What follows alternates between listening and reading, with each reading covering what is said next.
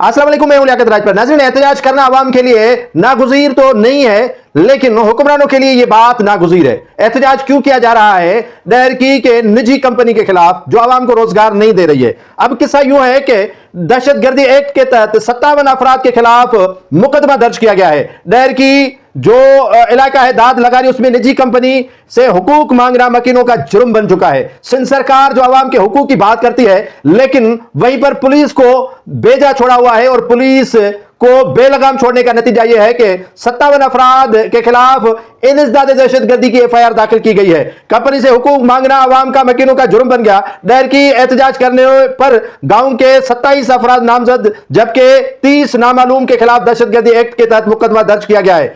डैरकी में पुरअमन एहतजाज और मुतालबात की मंजूरी, देहातियों पर इंसदाद दहशतगर्दी एक्ट भी लगा दिया गया। हुकूक की आवाज दबाने के लिए दहशतगर्दी एक्ट का इस्तेमाल किया गया है। मकामी पुलिस ने निजी कंपनी के खिलाफ एहतजाज करने पर सरकारी मुद्दत में जो है वो मुकदमा दर्ज किया है, एफआईआर दर्ज की है।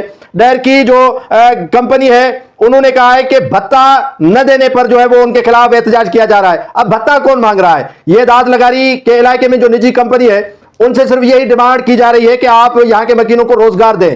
पीपुल्स पार्टी का यह वतीरा है कि रोटी कपड़ा और मकान का नारा तो लगाती है, लेकिन मकामी अफराद के लिए दाद रस नहीं बनती है। इसीलिए दाद लगारी के मकीनों ने एहतजाज किया तो उन पर इंसदाद दहशतगर्दी के दफात के तहत एफआईआर भी दर्ज हो गई। अब एहतजाज जहां पर होगा वहीं पर मुराद शाह की हुकूमत मकीनों पर इंसदाद दहशतगर्दी की एफआईआर दाखिल करवाएगी, क्योंकि यह पीपुल्स पार्टी की हुकूमत नहीं, किसी और की हुक्मरानी है।